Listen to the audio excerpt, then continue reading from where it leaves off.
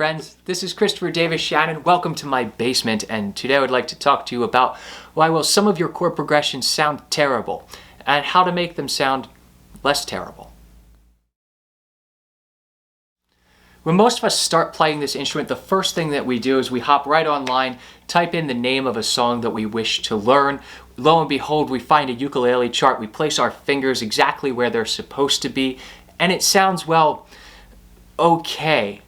But how do we get to that extra step past okay? And what it really comes down to is understanding a little bit more about music and stopping just thinking about the uke as this mechanical piece that we're placing our fingers down on. We need to think about the relationships between the notes. What we're going to talk about here is how to solve these problems of our chord progressions just sounding a little bit disjointed or even maybe a little bit incorrect.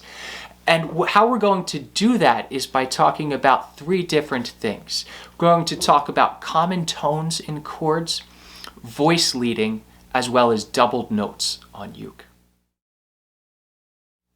To start to understand this concept, the first thing we need to recognize is that although a chord is a grouping of notes and thus any old F chord is always going to be an F chord, we have what are called different voicings of these chords or different arrangements of these notes that allow us to play them on different places on the fingerboard. So if we look at a C major chord, this is the C major chord we all play, but this is also a C major chord. This is also a C major chord, C major chord, C major chord, C major chord, C major chord.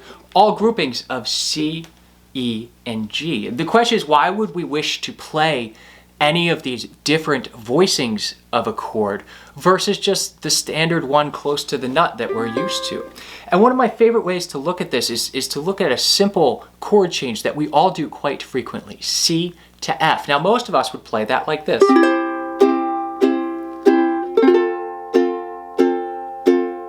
But if we take a second to look at how these chords are constructed, our C has three notes in it, C, E, and G, and our F has three notes in it, F, A, and C. You note that these both have a C in them, and this is what we call a common tone. And when we are playing different chord changes, our ear naturally wants to hear common tones, or two notes are the same, remain exactly where they are, because this makes a less jarring chord change. So instead of playing a C like this to F like this, we can keep this ring finger down on the third fret of our A string.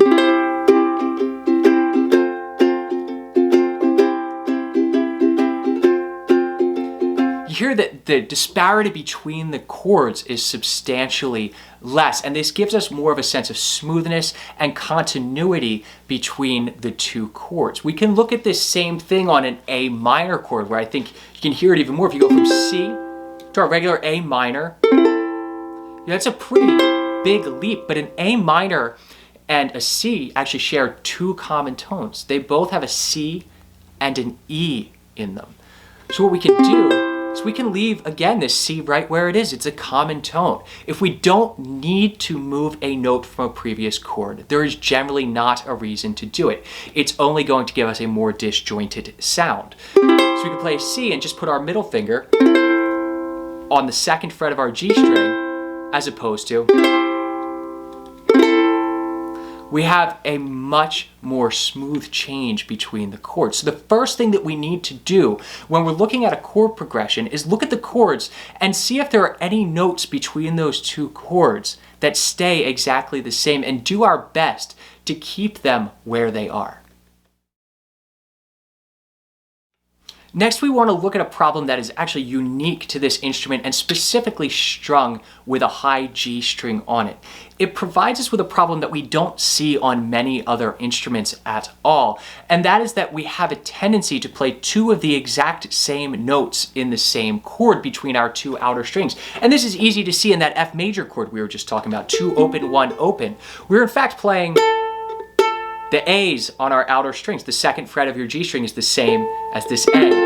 And the problem with this, even on a very nice uke like mine, is with a fretted instrument, it's always going to be a little bit out of tune as a fretted note versus an open note. And this can make your chord sound out of tune. And a lot of times when a chord sounds bad, This is the reason why on uke we run into this in many chords, especially in root position on the instrument. Now this can be a great effect, but it's something that we generally do want to avoid. So how do we avoid these notes? Same thing we were talking about with keeping that common tone with our F major chord. By adding this C up top, we mitigate the problem of having a doubled note. We have the same problem on our typical G major chord. We have a G on our open G string, and then we have the 3rd fret of the E string. They're close, but they're not quite the same.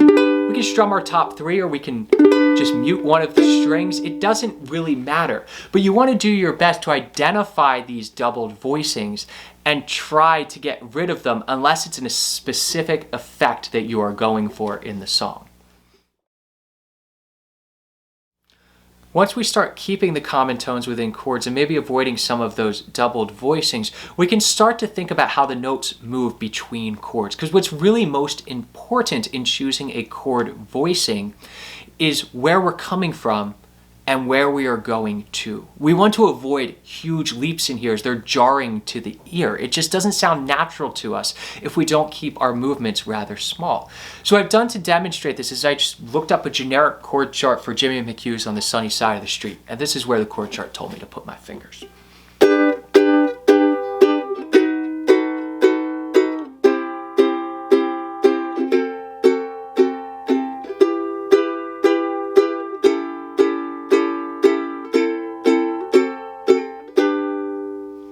Which is fine, but I'd rather hear something that sounds like this.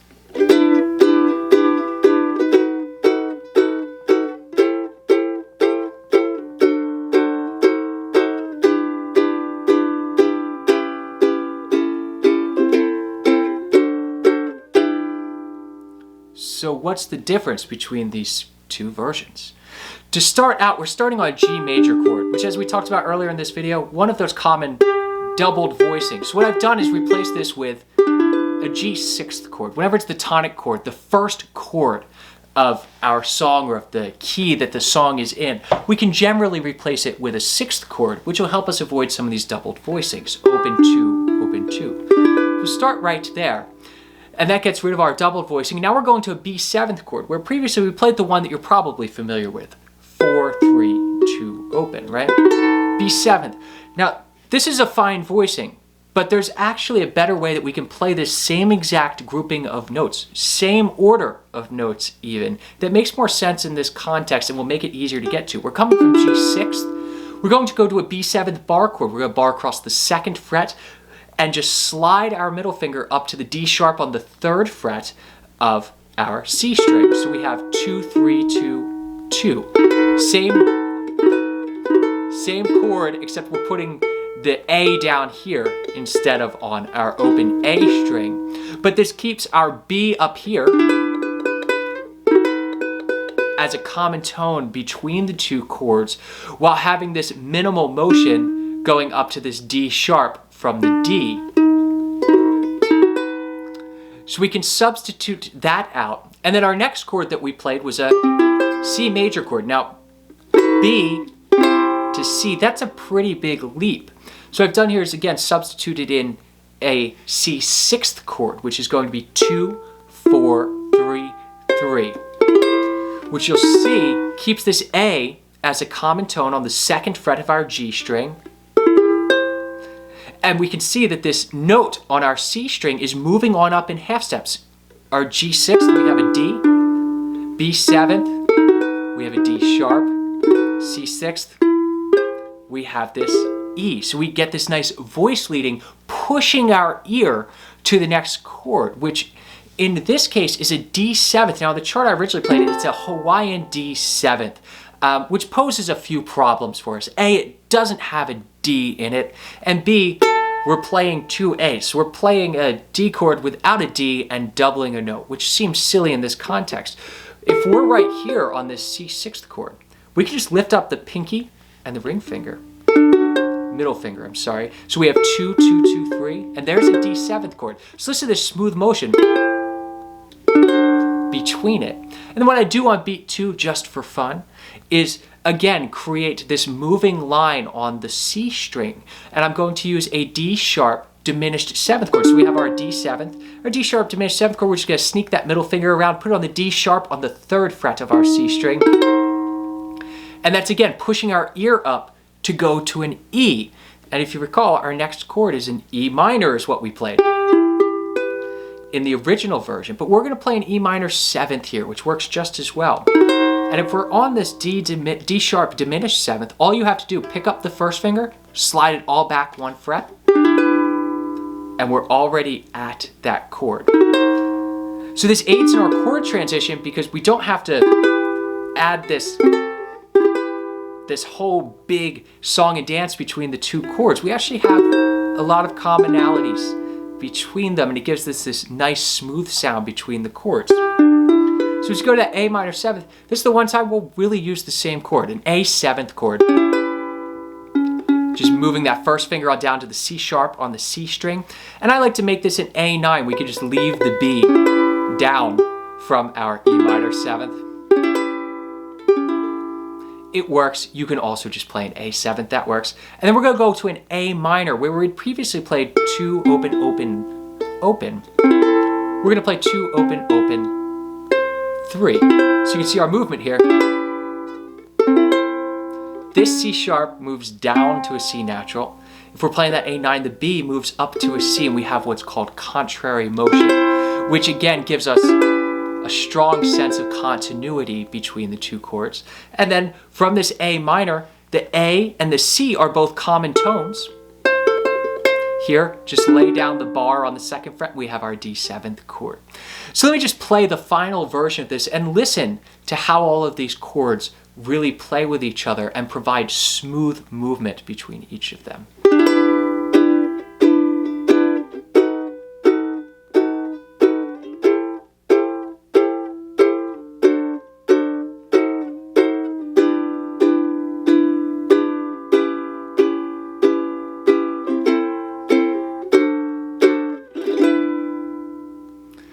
So now, whenever you're going and looking up a chord chart, maybe take a second look at those chords and see if maybe a different voicing for a chord could be better in that context and create less of a jarring sound to the listener and to ourselves. I'll see y'all next week.